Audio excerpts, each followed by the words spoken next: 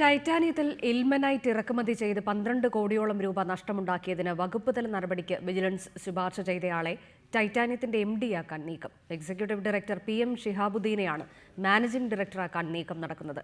ഷിഹാബുദ്ദീനെതിരായ നടപടികൾ മറച്ചുവെച്ച് നിലവിലെ MD നൽകിയ തെറ്റായ റിപ്പോർട്ടിന്റെ അടിസ്ഥാനത്തിലാണ് സ്ഥാനക്കയറ്റം നൽകാനുള്ള നീക്കം സജീവമായിരിക്കുന്നത്. MD നൽകിയ ശുപാർശയുടെ പകർപ്പ് റിപ്പോർട്ടറിന് ലഭിച്ചു. ഈ മാസം 30-ന് വിരമിക്കേണ്ട ഷിഹാബുദ്ദീൻ സർവീസ് നീട്ടി നൽകണമെന്ന അപേക്ഷ സമർപ്പിച്ചിരുന്നെങ്കിലും 5-ാം തീയതി ചേർന്ന ടൈറ്റാനിയത്തിന്റെ ഡയറക്ടർ ബോർഡ് യോഗം അത് അംഗീകരിച്ചില്ല. യോഗത്തിന്റെ റിപ്പോർട്ട് 6-ാം തീയതി തന്നെ MD B ജ്യോതികുമാർ വ്യവസായ വകുപ്പ് പ്രിൻസിപ്പൽ സെക്രട്ടറിക്ക് കൈമാറി. ആ റിപ്പോർട്ടിൽ പറയുന്നത് ഇപ്രകാരം: The board was also informed that a vigilance inquiry is currently in process against the officer. അതായത് ഷിഹാബുദ്ദീനെതിരെ ഒരു വിജിലൻസ് അന്വേഷണം നിലവിലുണ്ടെന്ന്. ഈ സാഹചര്യത്തിൽ സർവീസ് നീട്ടി നൽകണമെന്ന ഷിഹാബുദ്ദീന്റെ അപേക്ഷ അംഗീകരിക്കേണ്ടെന്നായിരുന്നു അന്ന് ചേർന്ന ഡയറക്ടർ ബോർഡ് യോഗം തീരുമാനമെടുത്തത്. ഇനി ഈ മാസം 20-ന് അതേ MD നൽകിയ മറ്റൊരു റിപ്പോർട്ട് കാണുക.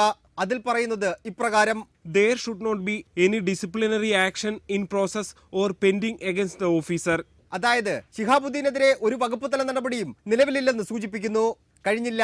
ഇനി വിജിലൻസ് സമർപ്പിച്ച റിപ്പോർട്ട് കാണുക. ടൈറ്റാനിയത്തിൽ ഇൽമനൈറ്റ് ഇറക്കുമതി ചെയ്തതിൽ 12 കോടിയോളം രൂപ നഷ്ടമുണ്ടായതിന് ഷിഹാബുദ്ദീൻ കാരണക്കാരനാണെന്നും അതുകൊണ്ട് വകുപ്പ് തല നടപടി സ്വീകരിക്കണമെന്നും റിപ്പോർട്ടിൽ പറയുന്നു.